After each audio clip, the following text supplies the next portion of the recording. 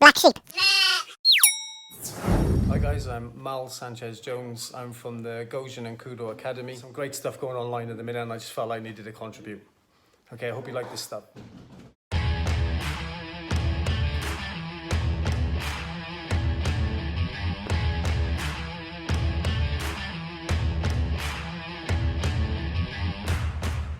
So the basics on this would be a cross grip, always about hikite. So the hikite will roll and it will pull, so the person will always come forwards. So hikite, taking the arm to the same position, so this comes up, this rolls forwards, and your downward motion is here. So the principle of a block is not to go sideways, because the balance of the body will always slide with it. So the more effort I put this way, the more I have to take rotation the other way to control. And the movement doesn't make sense to go this way because my balance is in a forward position. So our technique is going to be forwards less than sideways. Sideways creates imbalance. Forwards is the direction that we're going. It's a downward sweep.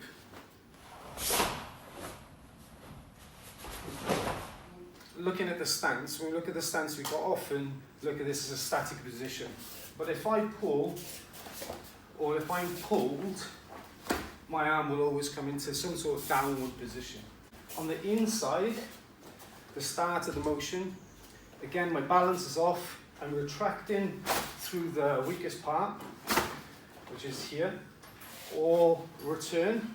So the rotation of this is that there'll be some resistance, the arm would come up, the arm goes forwards, and then I've got a strike, whether it be here, or whether it be up here, or whether the direction is underneath.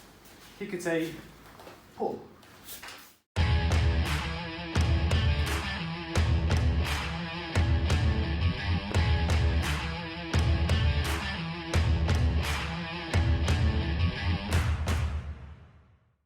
So, gear down right, downward sweep using it as a throw. We're starting off in a position where we can attack. We've got the outside, we've got the cross lift. Heel.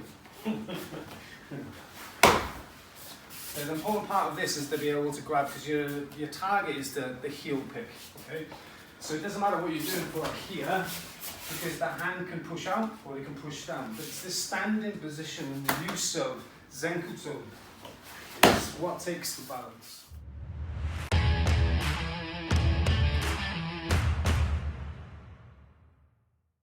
Right, okay, so quite often we talk about stances, and the majority of karate will go either step forwards or they choose the half moon stance.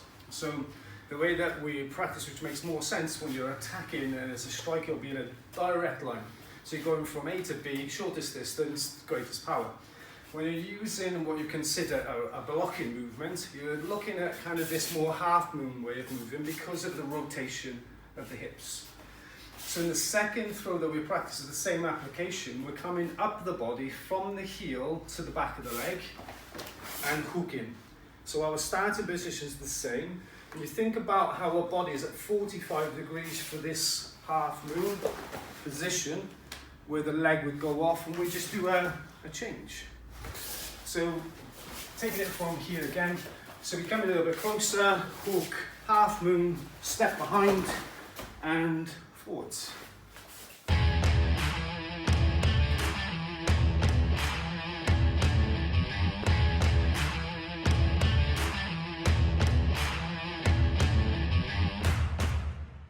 Okay, starting with Outsugumi drill.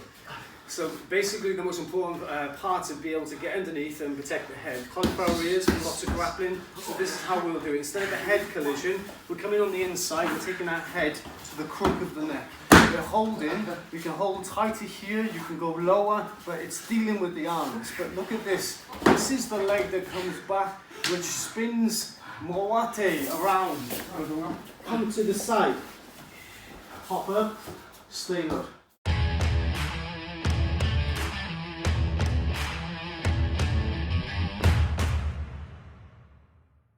You know, I'm doing this for the guys like Andy, like Ian, everybody that's putting things out there, Lee Taylor.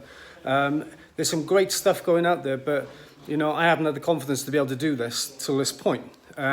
Because there's a lot of keyboard warriors. There's a lot of people that say, well, you know, our style's the best. But I think the most important thing to understand is that it's not uniting styles of karate, it's about uniting karate. So you can pull things apart.